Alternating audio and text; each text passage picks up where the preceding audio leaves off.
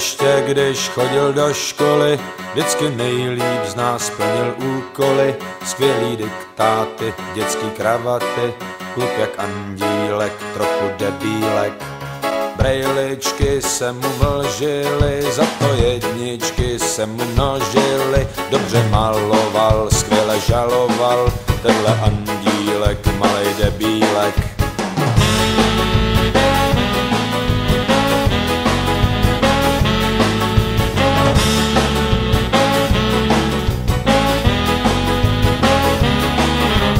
Holky ho nikdy nechtěli, asi proto, že byl příliš nesmělý, tak je nesnášel, třídní donášel, ten náš debílek, pardon andílek. A tak životem šel tenhle tlustínek, cestu mu vyšlapal jeho tatínek. Na drahej fráček, malej odznáček, hajzlik od kosti, co má rád sladkosti.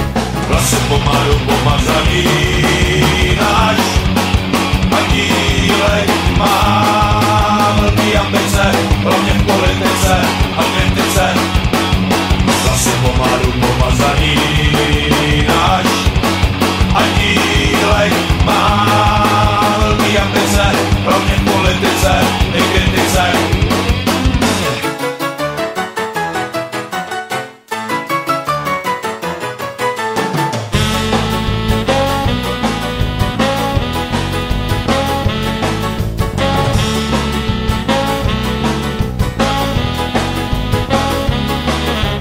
Chlapeček, co to ne v mindráku, sedí teď ve velkým baráku. Veliký fáro, v hubě cigáro, už ne andílek, teď jen debílek.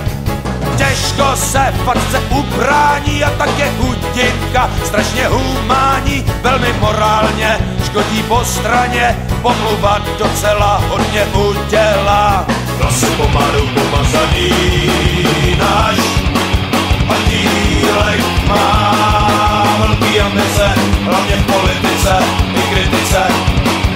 Vlasy pomalu pomazaný náš andílek má velký ambice, hlavně v politice i kritice.